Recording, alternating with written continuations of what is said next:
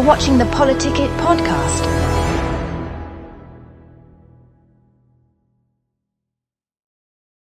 Good evening and welcome to Politicit. I'm Senator John Johnson. We've got John Taylor with us today, candidate for District 14. Yes, that's right. Yeah, that's the seat that Carrie Ann Lisenby was in, right? Yes, yeah, that's the seat Carrie Ann Lisenby's in. She gave me a call in November and recruited me. Oh. And I've known her for many years because I've been a state and a county delegate and a precinct chair with her, and I thought, yeah, this is probably, I probably ought to jump in and do this. That's great. Yeah. So first time?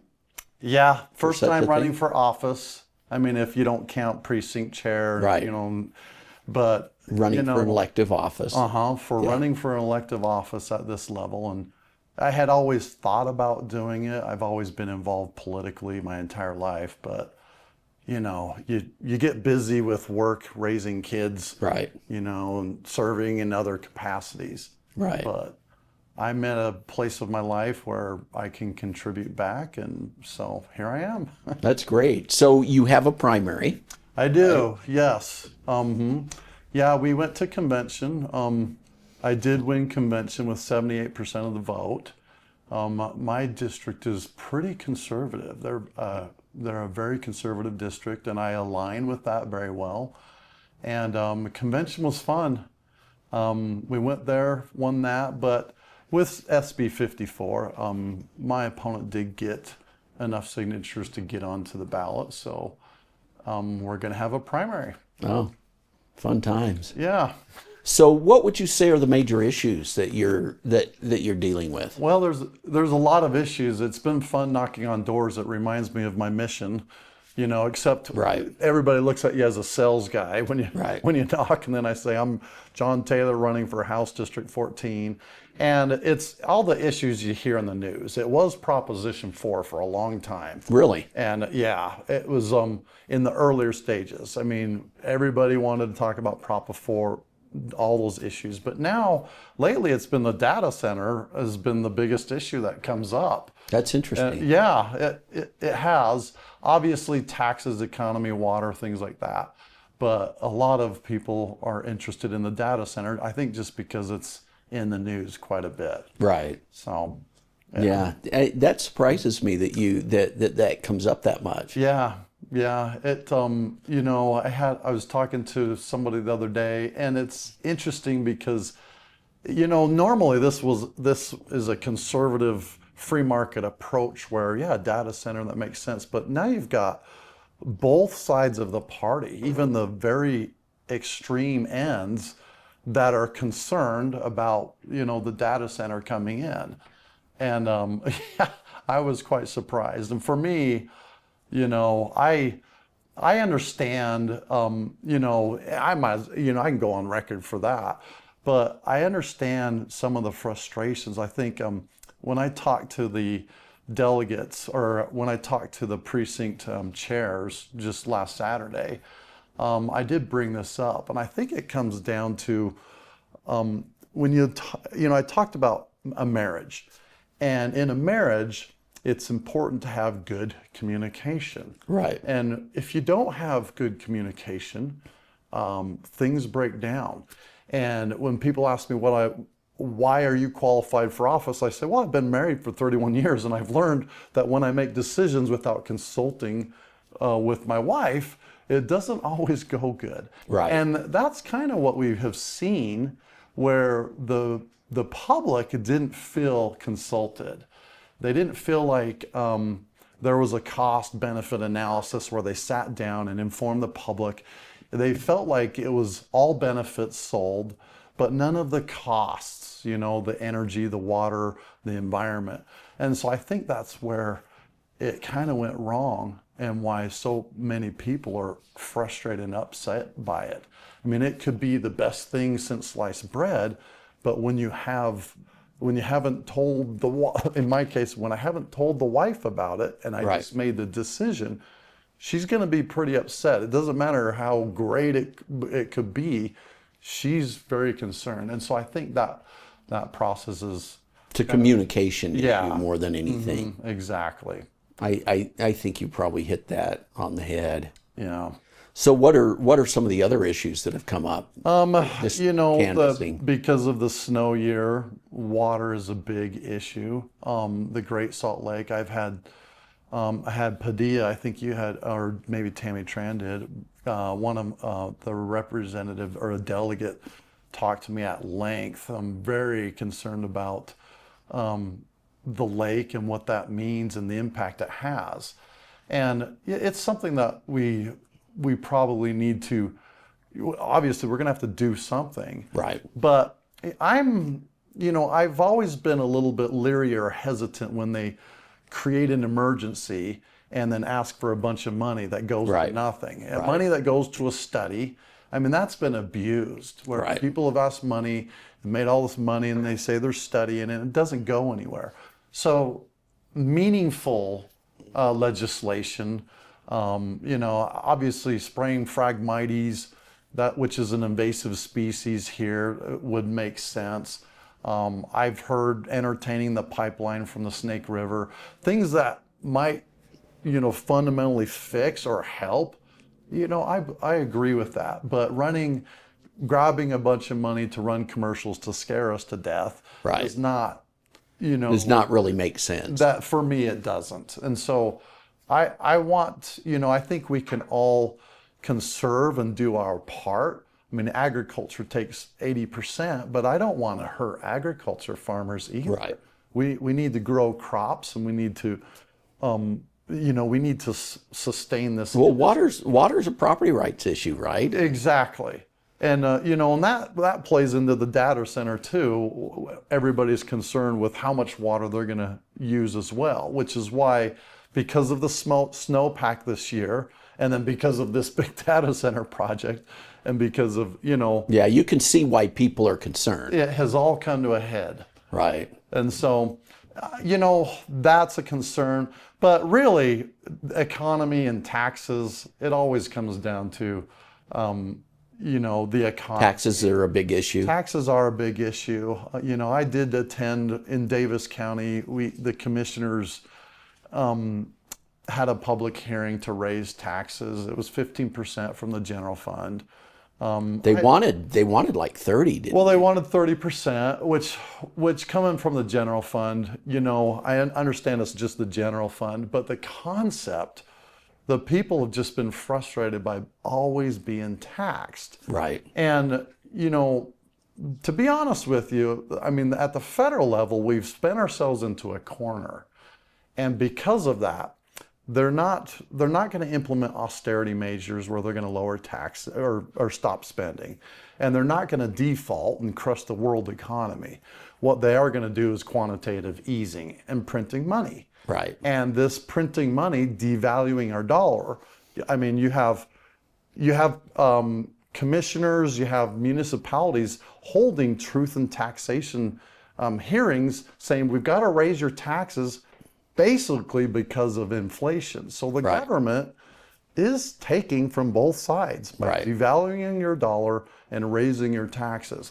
So when we talk about the cost of everything, it's because of out of control spending. Right. So in general, we need to rein in unnecessary spending. There's things that need to be funded, but we've got to slow some of this frivolous, unnecessary pet projects that continue to grow and bloat to oblivion. So taxes are an issue.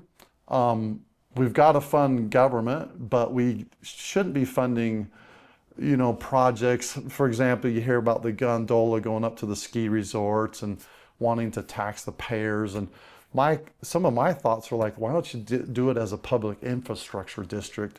Put those guys, the ski resorts and the ski payers, responsible for that bond payment. Right. Then you're not taxing all the citizens of the state. You're taxing more of a use tax. Yeah, exactly. And Syracuse City, actually talking with Mayor Mon, this is how they used a public infrastructure district for the Costco being built out there, where none of the citizens are taxed. Costco and the businesses that build within that community will be responsible for paying back that bond. And so some of these tools that the legislature has created can be helpful, but you've also seen some abuses, right? With PIDs and the other things too. So taxes are definitely an issue. Personally, my son lives in my basement with his pregnant wife. They're going to have a baby in our house until he's going on to officer's basic course. He's in the Army National Guard. But until that happens in November, he's living here because he can't afford a house. Right. And so that's a huge issue, isn't it? that is a huge issue, housing affordability.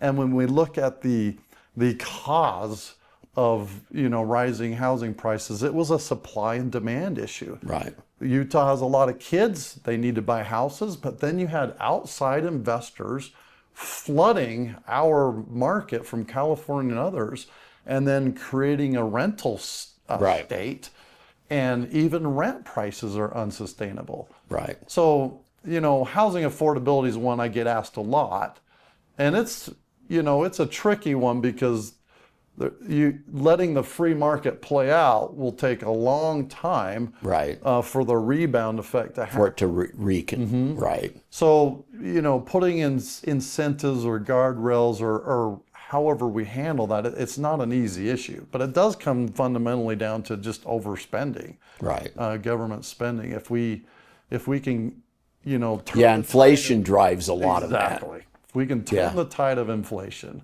we probably can have a lot of things improve. Yeah. So. We're going to take a break and we'll come right back. Tired of media bias? Frustrated by political noise? Politicit.com cuts through the clutter, giving you real facts, clear analysis, and unbiased insight on the issues that matter most. Stay informed, stay empowered. Whether it's elections, policy changes, or breaking news, we've got you covered. No spin, no agendas, just truth you can trust. Visit Politicit.com today, because informed citizens shape the future. Politicit.com, where politics meets clarity. Welcome back to Politicit. We've got John Taylor with us. John, running for the House. I am. Very nice. So, we've talked a lot about taxes, spending, housing affordability, big issue. It is. So what do you typically talk to people about when you knock on their doors? Yeah, a lot of people want to know, and this is hard because I've been a state and a county delegate for 20 years and a precinct chair. And so I've been vetting candidates all the time. And a lot of people are always concerned with what kind of candidate are you? How do you make decisions? And basically, what is your compass? Are you a conservative?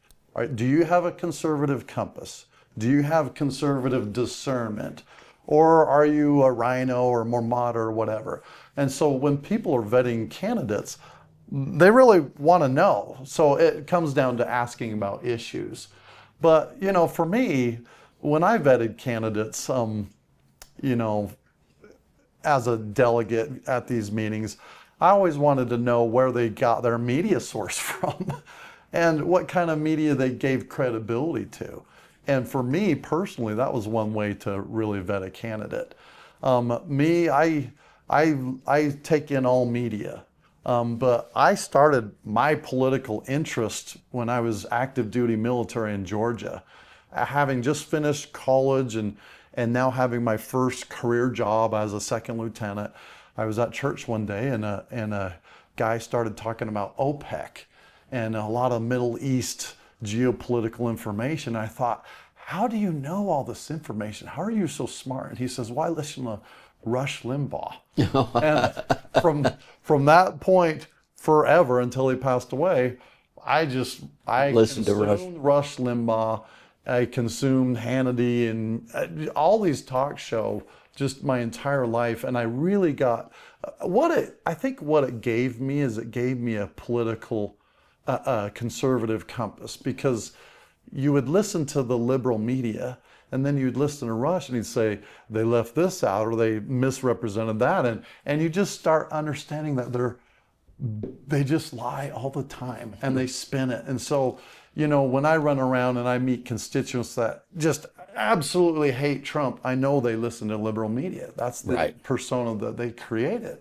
And so when candidates or when delegates are vetting me, and now when just the general population are vetting me, they want to know what kind of candidate I am and how I represent them and how I think.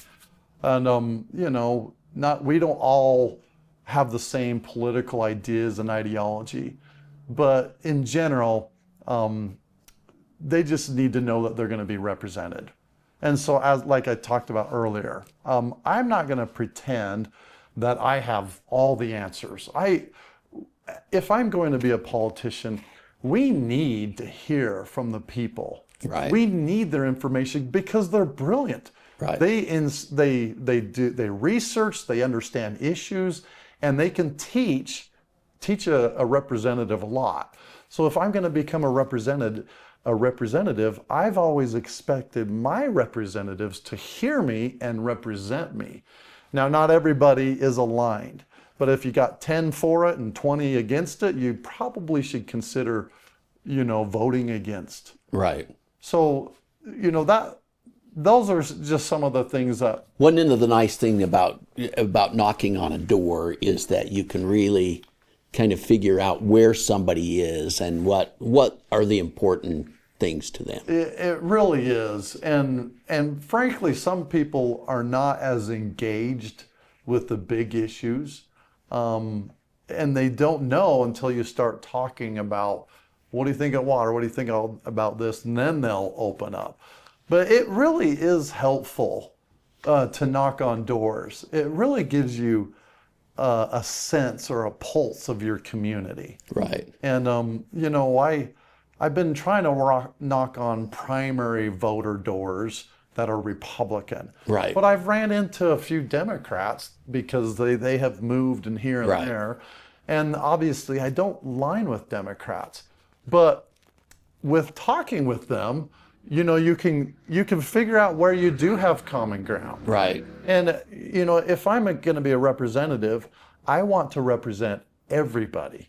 And everybody's voice matters, and everybody's voice deserves to be heard. And so even if politically I'm very conservative, I welcome those from the other party. It's amazing how many issues where there's not a lot of discussion. Yeah. Right. Where people see things much the same way. Yeah. It's amazing how much you do agree. Sometimes we agree with the same problems that need to be fixed. We might have a different approach to how we fix those problems. Right. Like I just listened to the CD1 Democrat debates this morning, and a lot of things that they're saying are problems. Yeah, they are problems for conservatives as well. Right. We all feel the same pain regardless of our political persuasions, but we have a different approach of how to fix those problems. Right. So, Yeah. So we're about out of time. okay. So why don't you look at that camera and tell people why they should vote for you?